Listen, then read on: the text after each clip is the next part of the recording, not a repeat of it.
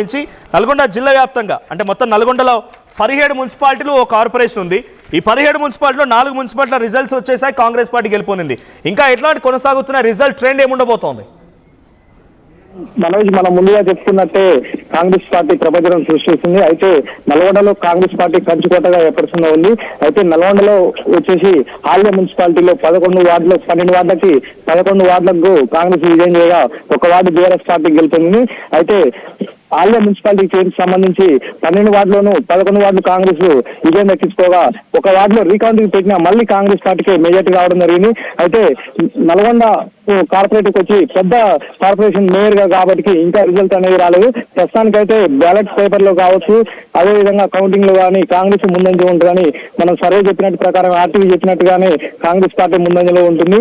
అయితే తొలి మేయర్ కోమటిరెడ్డి వెంకటరెడ్డి మంత్రి తన తొలి మేయర్ ని తన కాంగ్రెస్ పార్టీ అభ్యర్థి కైవసం చేసుకునే దిశగా కాంగ్రెస్ పార్టీ ప్రచారంలో కావచ్చు, అదేవిధంగా ముందుండి కోమటిరెడ్డి అన్ని విధాల్లో ప్రతి వార్డులో ప్రచారం చేయడం జరిగింది.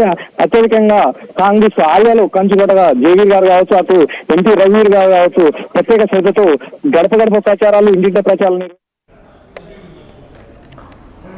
ఇది నల్గొండ సిచ్యువేషన్.